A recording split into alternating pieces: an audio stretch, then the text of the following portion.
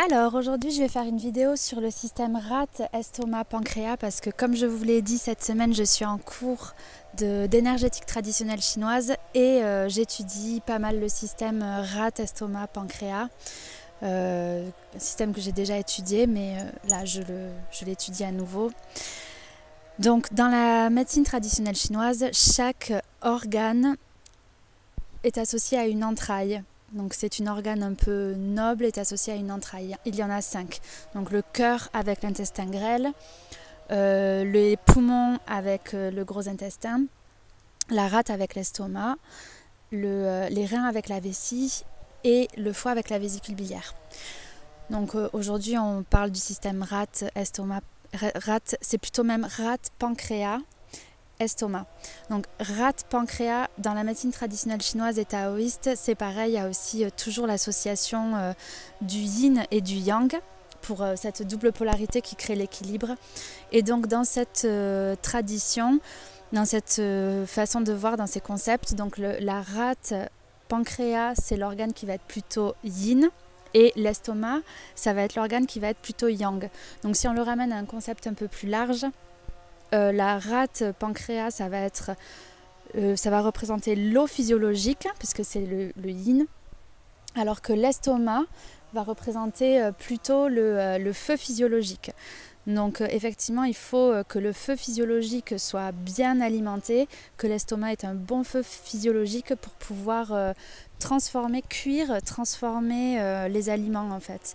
Et il faut que la rate puisse avoir un système d'eau physiologique qui soit bien hydraté aussi pour pouvoir transformer et transporter, séparer, on appelle ça séparer le pur de l'impur, et la rate va faire monter le pur et descendre l'impur. Donc la rate a un rôle super important dans le corps parce que c'est elle, entre autres, bon, dans tout procure de l'énergie, mais la rate va vraiment avoir cette fonction où elle va transformer le qi des aliments, l'essence des aliments, pour le transformer en énergie un peu plus subtile, un peu plus raffinée. Donc du coup, si le système rate est un petit peu déficient, le corps va avoir du mal à transformer cette énergie, et donc il y a une fatigue un peu chronique qui peut se faire ressentir, une fatigue qui peut être à la fois physique et à la fois mentale. De plus, c'est aussi la rate qui va aider vraiment, qui a un rôle majeur dans la production du sang. Donc idem, si elle ne fait pas bien son travail parce qu'elle est un petit peu en vide, un petit peu fatiguée, le sang va être mal produit et va donc mal alimenter le reste des organes du corps. Elle a aussi un rôle essentiel dans la transformation de l'humidité. Et effectivement, si elle est un petit peu surchargée, toujours pareil, si elle est un petit peu en vide, il y a une humidité qui va un peu se loger dans le corps, qui va être une humidité un petit peu pathogène. Ça va se ressentir de quelle manière l'humidité? Donc ça va être donc c'est pas une sensation d'être humide, mais par contre l'humidité dans le corps peut se traduire par différents symptômes qui peuvent être une espèce de lourdeur au niveau de la tête, comme si on était toujours un petit peu dans le brouillard, des œdèmes sur les membres inférieurs, sur les jambes, sur les membres supérieurs, des glaires qui vont aller se loger un petit peu dans les poumons. Aussi une espèce de lourde. Pour les femmes, ça peut être des pertes, des leucorrhées qui sont un petit peu plus grasses que d'habitude, un petit peu plus blanches que d'habitude. Ça peut aussi être bon, de toute façon, quand la rate est affaiblie, le système digestif est très affaibli, la digestion se fait vraiment très mal, et il y a tout le temps un petit peu des ballonnements qui peuvent être possibles, surtout après le repas, des selles un petit peu grasses, un petit peu molles, ou voire liquides, voire carrément diarrhéiques, parce que du coup le corps ne fait pas bien son travail. Il peut aussi y avoir vraiment cette fatigue, comme je disais, physique, mentale, mais vraiment une fatigue au niveau des membres qui ne sont pas bien nourris parce que le sang n'est pas bien parvenu aux extrémités. La fatigue mentale, c'est parce que le sang n'est pas bien arrivé à la tête, il n'est pas bien monté pour nourrir le chêne, on appelle ça. Il peut y avoir aussi une sensation de froid parce que le qi n'est pas bien produit, le qi c'est l'énergie, n'est pas bien produit, et donc ce froid c'est pas vraiment, on n'en est pas non plus au stade du froid interne où on arrive, où on a les os glacés, mais par contre c'est vrai qu'on va avoir du mal à se réchauffer. Donc fatigue physique et mentale, froid, sensation de froid en permanence, ballonnement, selle un petit peu molle, pas très bien perçue.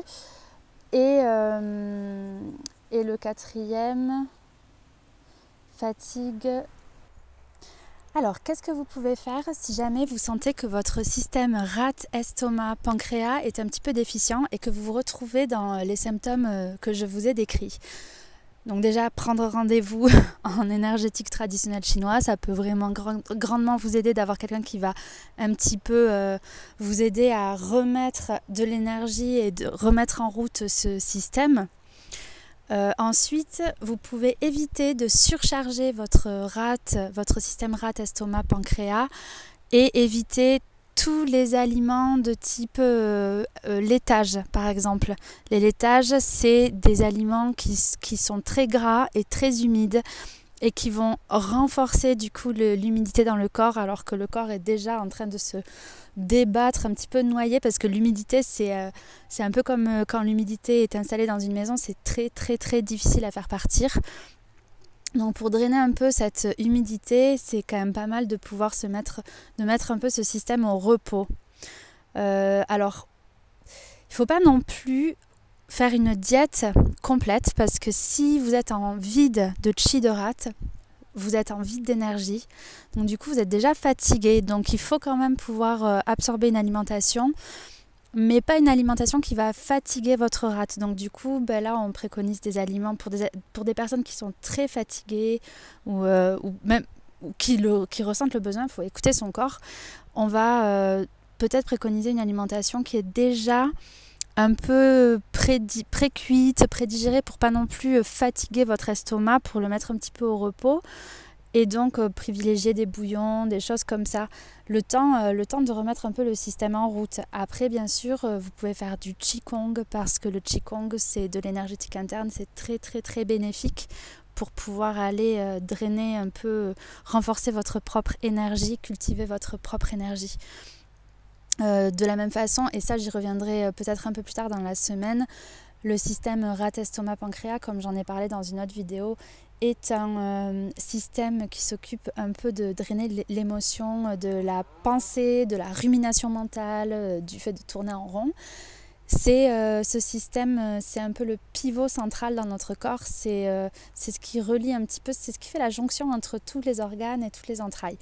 Mais ça, j'y reviendrai dans une autre vidéo, dans un autre concept. Bye bye!